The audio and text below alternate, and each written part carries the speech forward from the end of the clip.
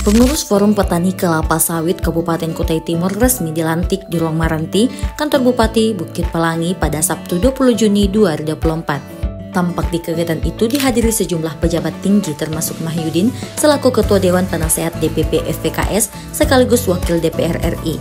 Juga dihadiri oleh Bupati Kutai Timur Ardiansa Sulaiman.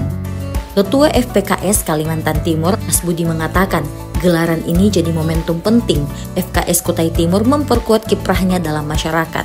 Ia meminta agar mereka yang dilantik hari ini menawarkan kontribusi besar di bidang sawit, khususnya kepada petani sawit. Menurutnya, melalui program-program yang dicanangkan, perkembangan sawit di Kutai Timur lebih baik lagi. Namun tak kalah penting, kata ia adalah pembangunan komunikasi intens dengan Pemkab Kutim serta perusahaan yang ada. Lebih jauh ia menerangkan salah satu kendala yang saat ini dihadapi petani sawit adalah bibit yang tidak bersertifikat alias bibit abal-abal. Karena itu pihaknya sedang gencar melakukan sosialisasi dan menawarkan bibit yang sudah punya sertifikat. Kegiatan hari ini adalah pelantikan pengurus forum petani kelapa sawit Kabupaten Kutai Timur. Ini dari DPP sudah tadi berharap kepada pengurus yang baru betul-betul eksis melaksanakan program-program yang betul-betul memberikan kontribusi terhadap petani sawit Kabupaten Kutai Timur. Harapan akan berkolaborasi membangun sinergi dengan pemerintah daerah dan perusahaan-perusahaan untuk pertumbuhan yang ada di Kabupaten Timur. Nah Pak, boleh dijelaskan sendiri program-program unggulan dari DPP FPKS ini Pak? Program-program unggulan yaitu pertama karena adanya masalah di petani kekurangan bibit yang memilih bibit yang abal-abal tidak bersertifikat, Forum Petani Sawit Kaltim memperberankan setiap kabupaten kota ada penangkaran bibit yang resmi. Alhamdulillah di Tukar di Muarakama sudah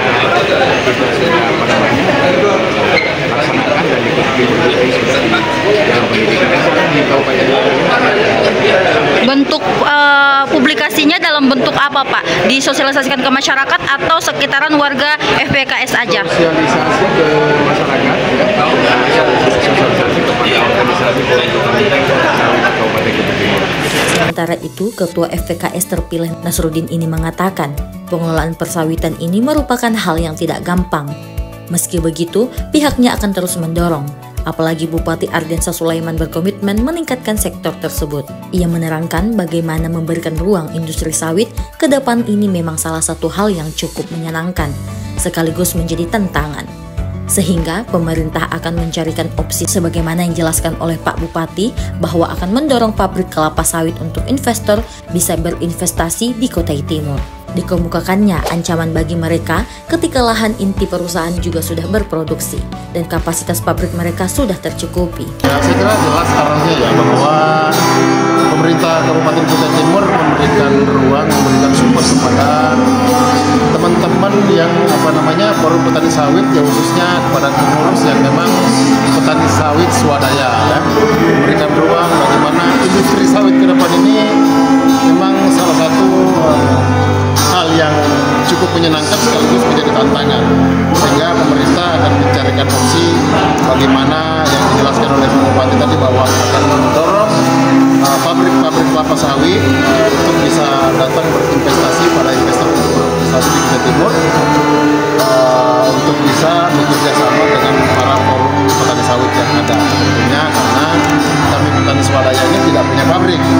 Selama ini kami hanya menjual kepada pabrik-pabrik perusahaan yang ada di Kutai Timur yang memang notabene-nya mereka juga sudah punya lahan inti ya.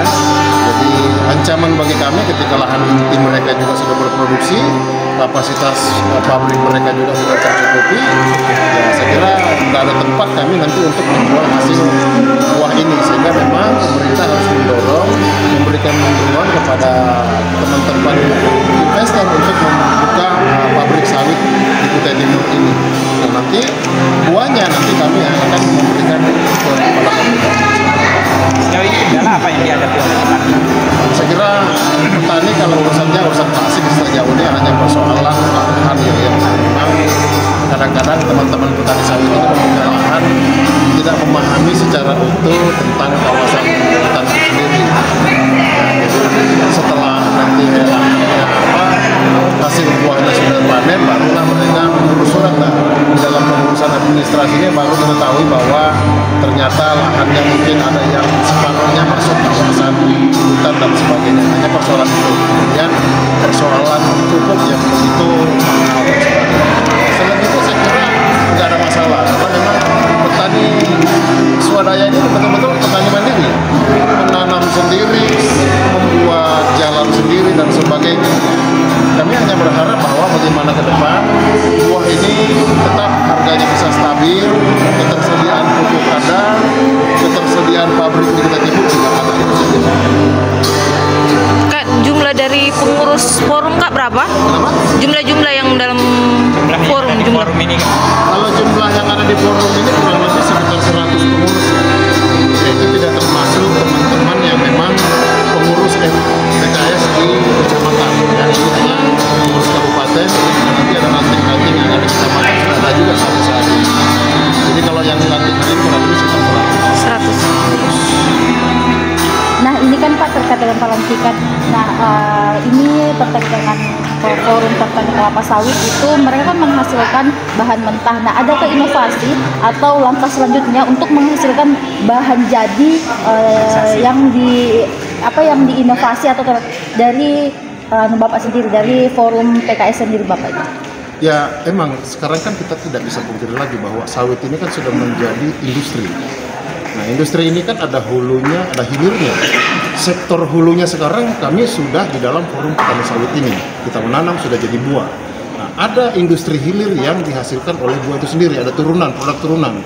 Nah itu yang harus kita dorong, bagaimana pabrik refinery, pabrik pengolahan CPO seperti diperbanyak, kemudian turunan dari CPO itu sendiri kan ada produk minyak goreng, kosmetik dan sebagainya, turunan hilirnya sawit itu sendiri. Nah itu yang harus kita dorong untuk bisa di Kutai Timur sendiri. Jadi kita tidak lagi membawa CPO itu ke luar dan sebagainya. Jadi harusnya kita sudah dari sawitnya di sini, pabrik CPO-nya di sini, dijadikan minyak gorengnya juga harusnya di sini.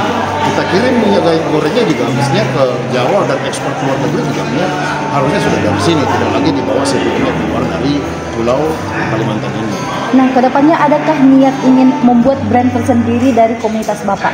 Saya kira itu mimpinya harus seperti itu, harus mimpinya seperti itu. Secara bertahap ya kita mendorong, ya artinya kita juga butuh support dari pemerintah karena tidak ada hal apapun yang bisa kita lakukan kalau pemerintah tidak memberikan ruang itu. Saya kira itu mimpi kita sebagai petani sawit, kalau perlu ada minyak goreng yang dihasilkan oleh brand Kutai Timur itu sendiri gitu. Iya kan, lipstick yang ibu-ibu pakai itu kalau bisa produknya juga dari Kutai Timur sudah, karena itu produk turunan daripada sawit itu sendiri. Dari Kabupaten Kutai Timur, tim Indeks Media mengabarkan.